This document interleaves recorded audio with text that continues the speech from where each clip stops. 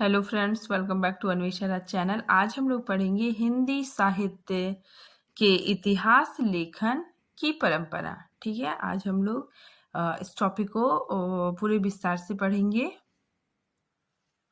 यद्यपि 19वीं सदी से मतलब 19वीं शताब्दी से पूर्व विभिन्न कवियों और लेखकों द्वारा अनेक ऐसे ग्रंथ की रचना हो चुकी थी जिसमें हिंदी के विभिन्न कवियों के जीवन वृत्त एवं कृतित्व का परिचय दिया गया है। ठीक है, तो इसमें बताया जा रहा है कि जो हिंदी साहित्य इतिहास की जो लेखन की जो परंपरा है वो मतलब 19वीं सदी से माना जाता है। ठीक है, लेकिन 19वीं शताब्दी से पूर्व, ठीक है, 19वीं शताब्दी से पहले कवियों के और लेखकों के अनेक ग्रंथ की रचना हो चुकी थी। ठीक है, जिसमें हिंदी के कवियों के जीवन वृत्त और उनकी कृतियों का परिचय दिया गया है। ठीक है, जैसे 84 वैष्णव की वार्ता, 200 वैष्णव की वार्ता, ठीक है, भक्तमाल, कविमाल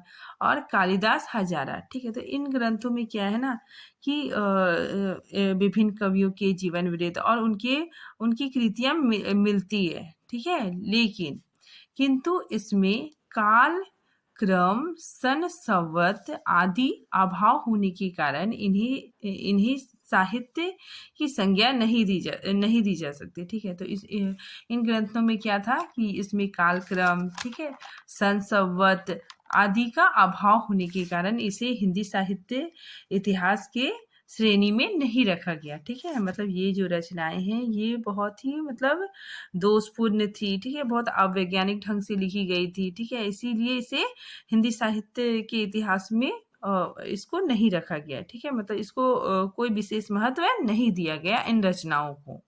ठीक है, अब हम लोग आगे पढ़ते हैं। हिंदी साहित्य लेखन का पहला प्रयास फ्रेंच विद्वान गार्सा दा ताशी 1839 ईस्वी में किया। ठीक है, तो हिंदी साहित्य लेखन का जो प्रथम प्रयास किसने किया था? फ्रेंच विद्वान। ठीक है, गार्सा दा ताशी। ठीक है, तो ये गार्सा दा ताशी कौन थे? और फ्रांसीसी विद्वान थे। ठीक है, तो इन्होंने ही प्रथम प्रयास किया। ठीक है, कब? 1839 में।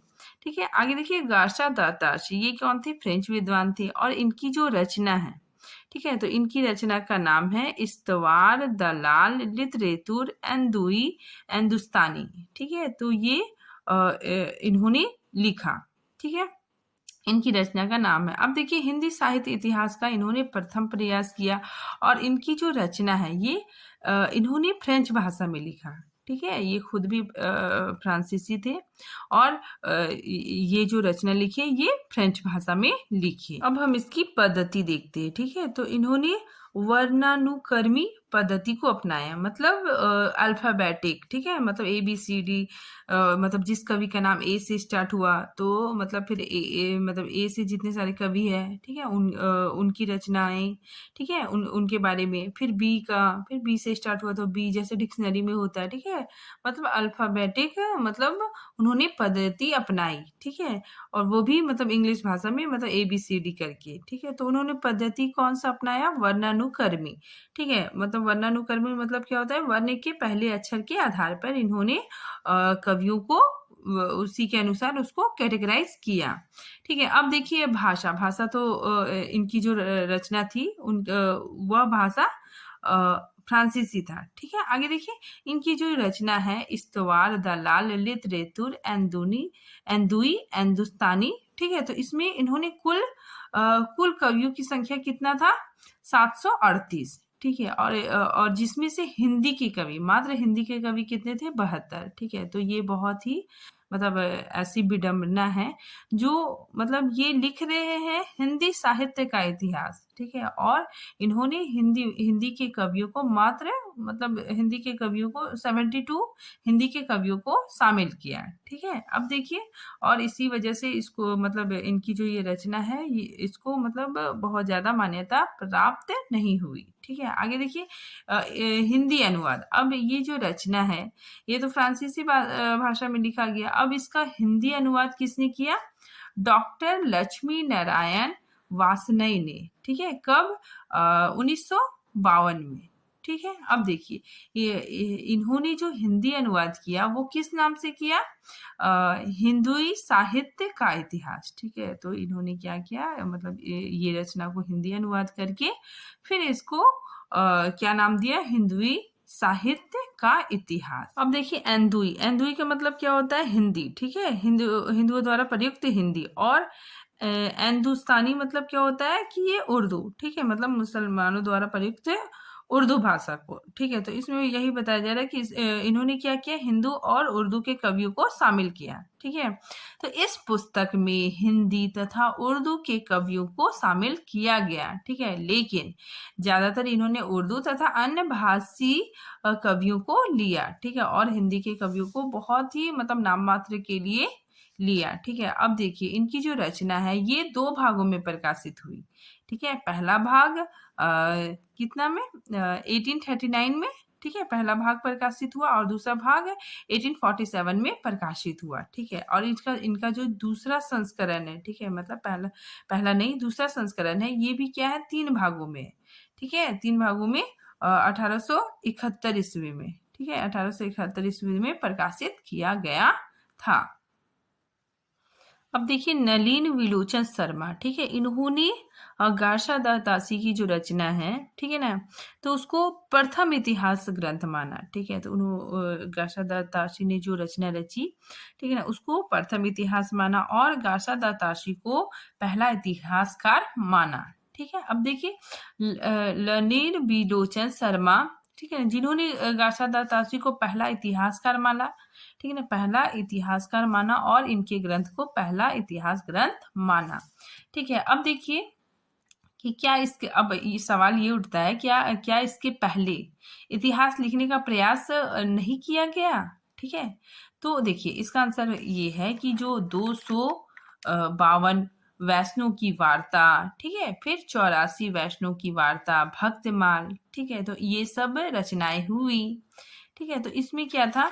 इसमें बहुत से कवियों का वर्णन तो किया गया, ठीक है, पर तथ्यात्मक रूप से कुछ भी नहीं, ठीक है, मतलब उसमें तथ्यात्मक रूप से कुछ भी मतलब नहीं मिला, ठीक है, मतलब ये बहुत ही दोषपूर्ण था, ठीक है, बहुत अवैज्ञानिक ढंग से किया गया, और इसमें मतलब कवियों की मतलब थोड़ी थोड़ी जानकारी है, ठीक है। इसी वजह से क्या हुआ कि इसको मतलब उतनी मान्यता नहीं दी गई, ठीक है, इसीलिए यहाँ पे लिखा हुआ है कि इसमें इतिहास दृष्टि का अभाव है, ठीक है, इसीलिए ऐतिहासिक ग्रंथ में इसे नहीं रखा गया, ठीक है, इसीलिए इसे हिंदी साहित्य के इतिहास में नहीं रखा गया, ठीक है। अब देखिए आगे क्या है कि महेश दत्त शुक्ल, ठीक है, तो इनकी रचना है भाषा काव्य संग्रह, ठीक है, और इन्होंने जो रची कब इसका प्रकाशन हुआ? 1873 ईस्वी में इसका प्रकाशन हुआ, ठीक है, और इन्होंने क्या किया? हिंदी भाषा में लिखा, ठीक है, लेकिन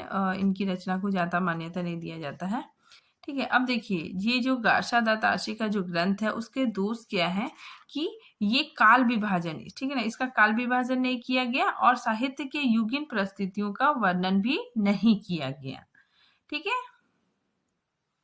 अब हम लोगों ने गार्सा द तासी के बारे में पढ़ लिया। अब हम लोग नेक्स्ट पढ़ रहे हैं शिव सिंह सेंगर, ठीक है, तो इन्होंने भी बहुत मतलब बहुत अहम योगदान दिया, ठीक है। तो देखिए यहाँ पे शिव सिंह सेंगर, ठीक है, इनकी जो रचना थी वो भी इन्हीं के नाम से मिलता जुलता था, ठीक है। तो इनकी रचना का नाम क्या है? शिव सिंह सरोज, ठीक है। और भाषा क्या इन्होंने किस भाषा में लिखा? हिंदी भाषा में लिखी, ठीक है। और पद्धति इन्होंने भी वही पद्धति अपनाई, ठीक है, वर्ण कर्म के अनुसार, मतलब अल्फाबेटिक, ठीक है, ABCD जो वाला, मतलब जो गार्सा द तासी ने मतलब जिस पद्धति को अपनाया इन्होंने भी वही पद्धति को अपनाया, ठीक है।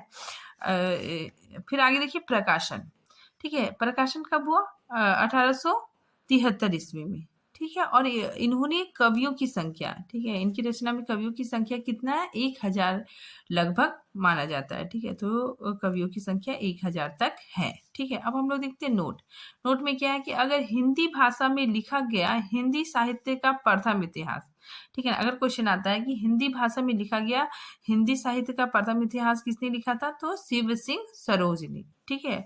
और फिर नेक्स्ट आता है कि हिंदी साहित्य लेखन में महत्वपूर्ण प्रस्थान, ठीक है, प्रस्तुत ये भी क्वेश्चन आता है कि हिंदी साहित्य इतिहास से लेखन में महत्वपूर्ण प्रस्थान बिंदु क्या है, कौन है? शिव सिंह सरोज, ठीक है, शिव सिंह सरोज की रचना को माना जाता है। ठीक है, अब देखिए इनकी जो रचना है शिव सिंह सरोज, इसमें भी क्या है, दोष है। ठीक है ना, तो इसमें क्या दोष है कि इसमें भी क्या है, वर्णानुक्रम है, ठीक है, अल्फाबेटिक, और इसमें क्या है कि काल विभाजन का प्रयास नहीं किया गया।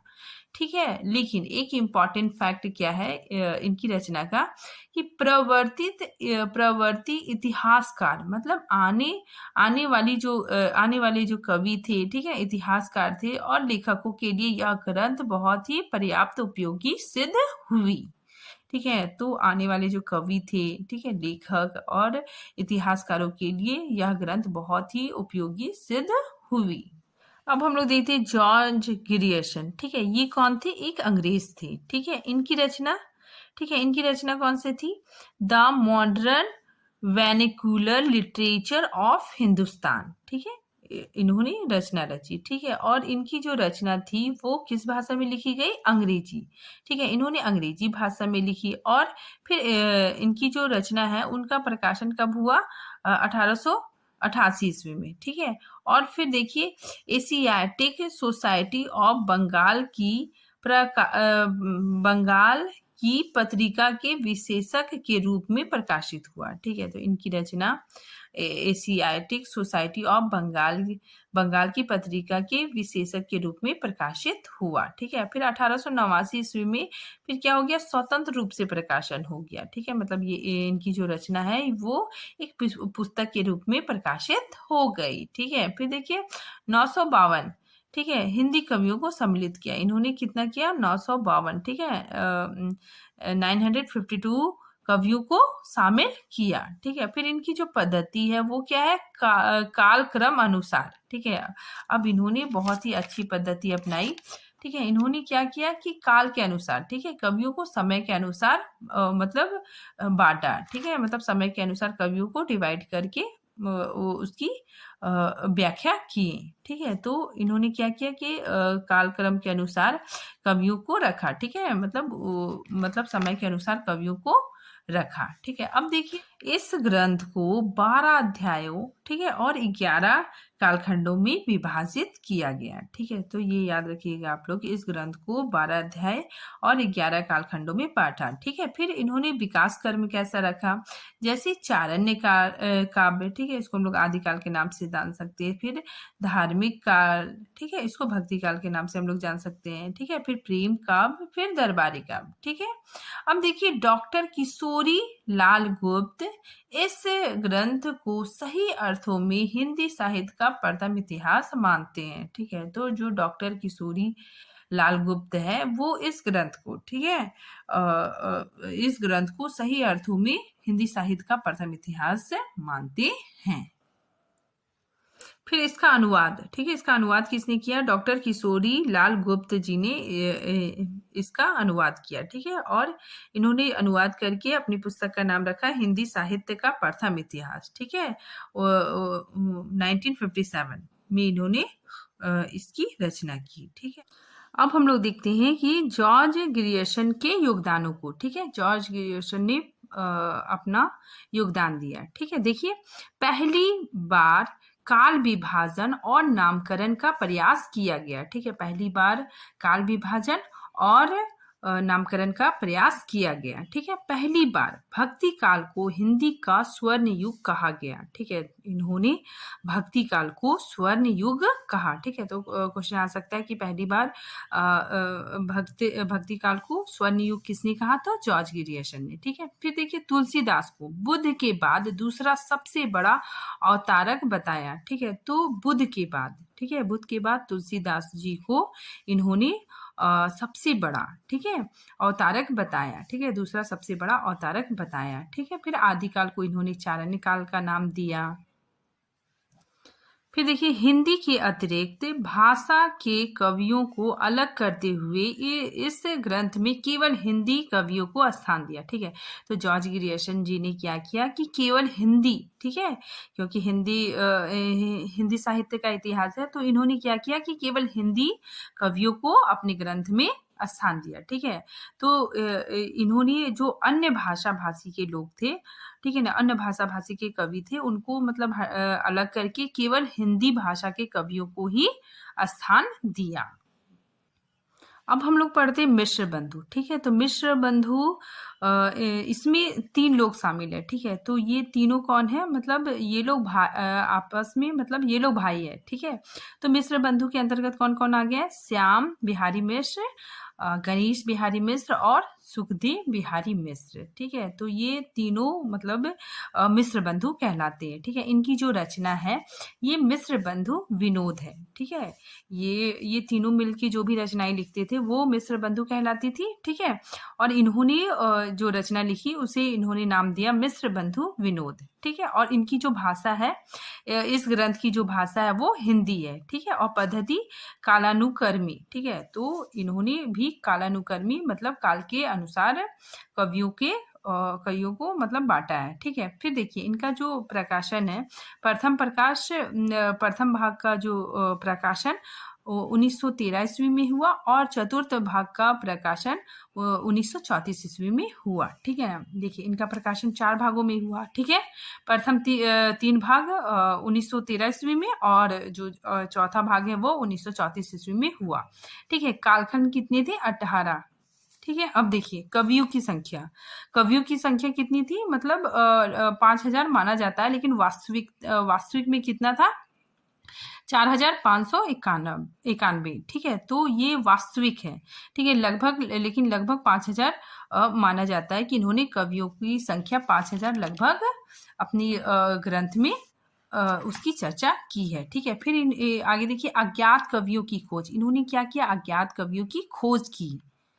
आचार्य रामचंद्र शुक्ल ने इसे बड़ा भारी इतिविधनात्मक ग्रंथ कहकर व्यंग किया।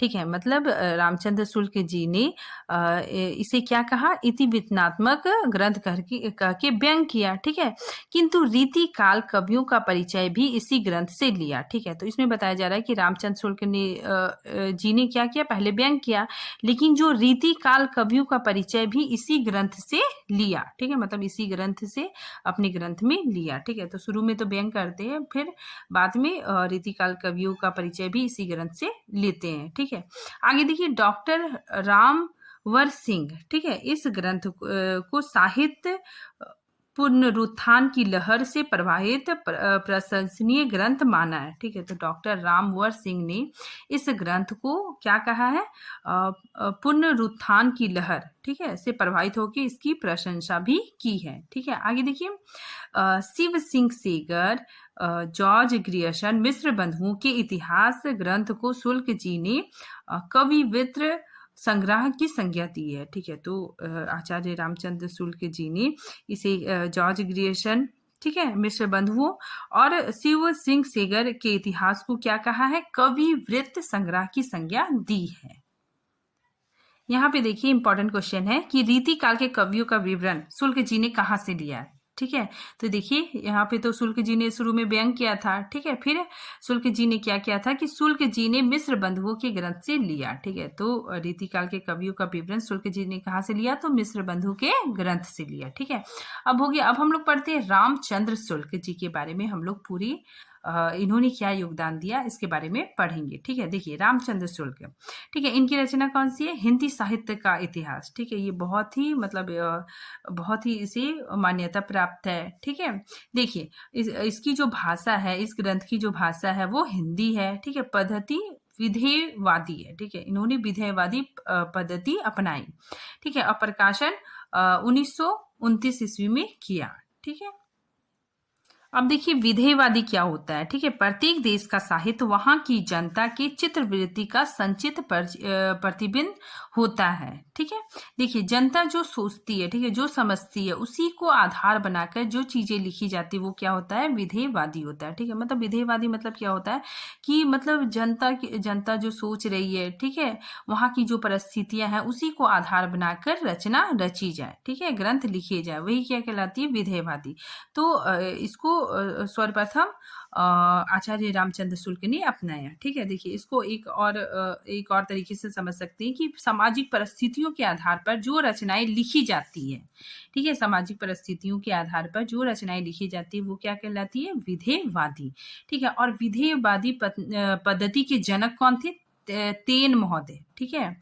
और लेकिन अगर भारत में, ठीक है, भारत में विधेयवाद की शुरुआत सर्वप्रथम किसने की थी, आचार्य रामचंद्र शुक्ल जी ने। फिर देखिए शुक्ल जी ने यह ग्रंथ पहले हिंदी शब्द सागर की भूमिका के रूप में लिखा था, ठीक है। जैसे अभी हम लोग पढ़ रहे हैं जो शुक्ल जी का जो इस साहित्य है, हिंदी साहित्य का इतिहास, उसका सर्वप्रथम नाम क्या था, हिंदी शब्द सागर की भूमिका के रूप में लिखा गया था, ठीक है।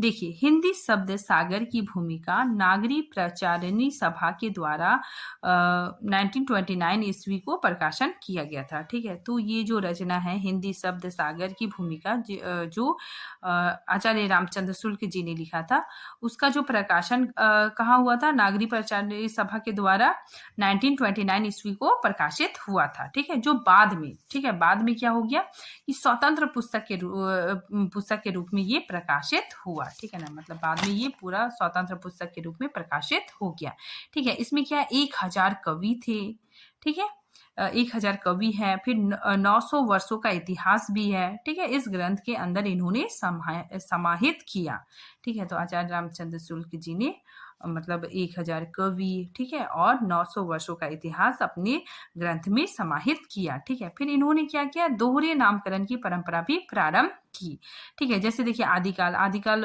को इन्होंने वीर गाथा काल कहा, ठीक है। फिर इनका समय निर्धारण भी बहुत अच्छे तरीके से किया। मध्यकाल, पूर्व मध्यकाल को इन्होंने भक्ति काल नाम दिया, ठीक है। उत्तर मध्यकाल को रीति काल कहा, ठीक है, और आधुनिक काल को गद्य काल कहा है, ठीक है। और इसका समय सीमा भी इन्होंने निर्धारित किया। अब हम लोग देखते हैं वीर गाथा काल का आधार, ठीक है। देखिए 12 ग्रंथों को आधार बनाया इन्होंने, वीर गाथा काल को 12 ग्रंथों का आधार बनाया, ठीक है। 4 रचनाएं अपभ्रंश की थी और 8 रचनाएं देश भाषा की थी, ठीक है। देश भाषा मतलब बोलचाल की भाषा, ठीक है। देखिए 4 रचनाएं अपभ्रंश के कौन कौन है, हमीर रासो, ठीक है, और इनकी रचना कौन कौन है, सारंगधर, ठीक है। फिर क्या है, विजयपाल रासो, ठीक है, इनके जो रचनाकार कौन है, नल सिंह, ठीक है। फिर कृति पताका, इनके रचनाकार विद्यापति है, ठीक है। तो इन्होंने 4 रचनाएं अपभ्रंश की डाली, ठीक है, और 8 रचनाएं देश भाषा के बताएं। पृथ्वीराज रासो, ये किसने लिखा, चंदबरदाई जी ने लिखा है, ठीक है। फिर विसल दे रासो, नरपति नल्हा, ठीक है। परमाल रासो, जागनेक, ठीक है। खुमान रासो किसने लिखा, दलपति विजय, ठीक है। जय मयंक जस चंद्रिका किसने लिखा, मधुकर, ठीक है। फिर पदावली विद्यापति, ठीक है। जयचंद प्रसाद भट्ट के केदार, फिर अमीर खुसरो की पहेलियां अमीर खुसरो ने लिखी। तो इन्होंने 8 रचनाएं बताई, ठीक है, जो देश भाषा पे आधारित थी, ठीक है। फिर हम लोग आगे देखते हैं। अब देखिए इन्होंने भक्ति काल को भी 2 भागों में बांटा, ठीक है। एक निर्गुण, फिर सगुण, ठीक है। निर्गुण के अंतर्गत भी 2 आ गए, ज्ञाना साखी और प्रेमा साखी, ठीक है। फिर सगुण में भी रामधारा और कृष्ण धारा। तो इस तरह रामचंद्र शुक्ल जी ने इसे मतलब बहुत अच्छे तरीके से इसको बांटा, ठीक है। फिर देखिए शुक्ल जी रीतिकाल का विभाजन नहीं कर पाए, ठीक है। तो शुक्ल जी ने मतलब रीतिकाल का विभाजन नहीं कर पाए। रीतिकाल का विभाजन विश्वनाथ प्रसाद ने किया, ठीक है। तो विश्व प्रसाद मिश्र जी ने रीतिकाल का विभाजन जो किया, रीतिबद्ध, ठीक है, रीति सिद्ध और रीति मुक्त, ठीक है। तो इस तरह मतलब शुक्ल जी ने अपने ग्रंथ में यहीं से लिया। आगे देखिए शुक्ल जी द्वारा प्रदत्त स्थान, ठीक है। शुक्ल जी अपने ग्रंथ में जो श्रेष्ठ कवि है तो किसको किसको लिया, तुलसीदास जी को, ठीक है, सूरदास जी को और जयसी को, ठीक है। तो शुक्ल जी ने अपनी रचना में इन लोगों को स्थान दिया, ठीक है। इनके सबसे बड़े प्रतिद्वंदी या फिर इन बातों का खंडन करने वाले लेखक आचार्य हजारी प्रसाद द्विवेदी थे, ठीक है। तो आचार्य रामचंद्र शुक्ल जी के जो सबसे बड़े मतलब प्रतिद्वंदी, ठीक है, उनकी बातों पर मतलब उनकी बातों को खंडन करने वाले लेखक कौन थे, आचार्य हजारी प्रसाद द्विवेदी। आगे देखिए, आचार्य हजारी प्रसाद द्विवेदी ने इनके किसके, रामचंद्र शुक्ल जी के कई बातों का खंडन किया है, ठीक है। अब देखिए, कबीर को रामचंद्र शुक्ल जी ने अपने ग्रंथ में स्थान नहीं दिया था, ठीक है। लेकिन इस बात के लिए भी आचार्य हजारी प्रसाद द्विवेदी ने इस पर व्यंग किया था, ठीक है।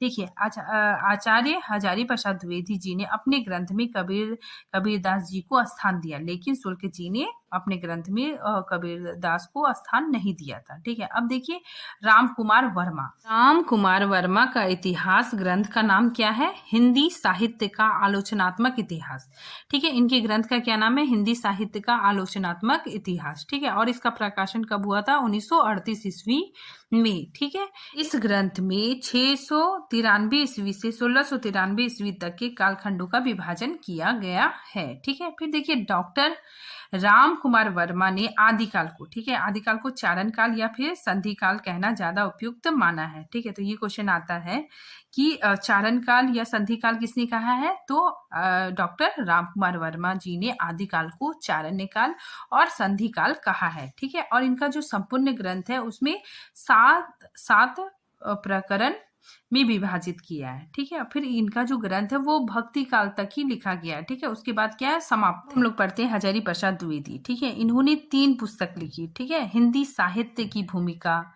ठीक है, 1940 ईस्वी में। फिर हिंदी साहित्य का आदिकाल, ठीक है, 1952 ईस्वी में, ठीक है। फिर हिंदी साहित्य उद्भव एवं विकास, ठीक है, ये रचना इन्होंने 1953 ईस्वी में लिखा। तो इन्होंने 3 पुस्तकें लिखी, ठीक है। फिर देखिए, आचार्य हजारी प्रसाद द्विवेदी शुक्ल जी के मान्यताओं पे क्या करते थे, खंडन करते थे। हम लोग देखेंगे महत्वपूर्ण साहित्य इतिहास ग्रंथ, ठीक है। देखिए, हिंदी काव्यधारा, ये किसने लिखा, राहुल सांस्कृत्यायन जी ने लिखा, ठीक है। हिंदी साहित्य के वैज्ञानिक इतिहास, ये किसने लिखा, डॉक्टर गणपति चंद्रगुप्त ने, ठीक है। हिंदी साहित्य का अतीत, ठीक है, ये 2 भागों में प्रकाशित हुआ है, ये किसने लिखा है, बहुत इंपॉर्टेंट है, क्वेश्चन आता है इस एग्जाम में। तो हिंदी साहित्य का अतीत किसने लिखा, विश्वनाथ प्रसाद मिश्र ने, ठीक है। फिर हिंदी साहित्य और संवेदना का विकास किसने लिखा, डॉक्टर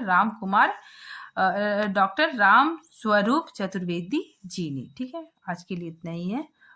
थैंक यू फ्रेंड्स।